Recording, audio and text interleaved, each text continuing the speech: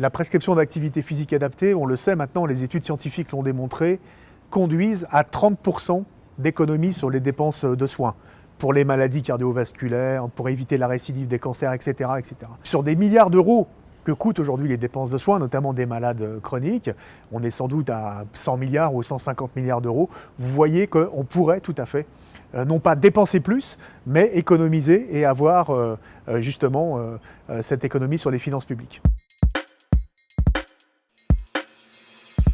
20 à 25 millions de personnes peuvent être potentiellement concernées par une prescription d'activité physique adaptée. Mais ça, c'est sur le papier. Dans la réalité, c'est beaucoup plus compliqué. Aujourd'hui, il y a très peu de prescriptions d'activité physique adaptée.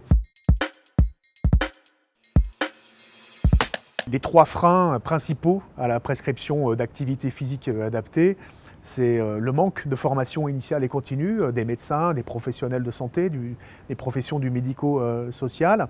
Donc là-dessus, il faut progresser. C'est l'insuffisance de la connaissance fine de l'offre, tout simplement, d'activité physique adaptée sur les territoires. Et là-dessus, les maisons sport santé doivent vraiment jouer ce rôle de guichet unique un petit peu pour coordonner les acteurs du territoire. Et puis c'est le coût financier aujourd'hui, le frein principal.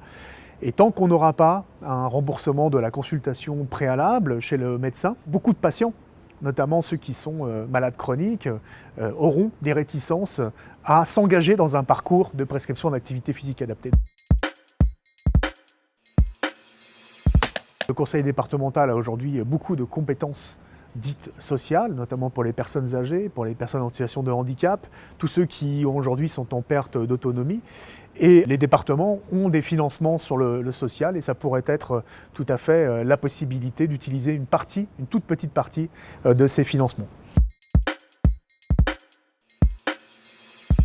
Il serait logique que le ministère de la Santé puisse inciter, encourager, au moins financièrement, ces organismes mutualistes en baissant notamment la taxe de solidarité additionnelle, de façon à ce que sur le plan financier, ces mutuelles soient encouragées.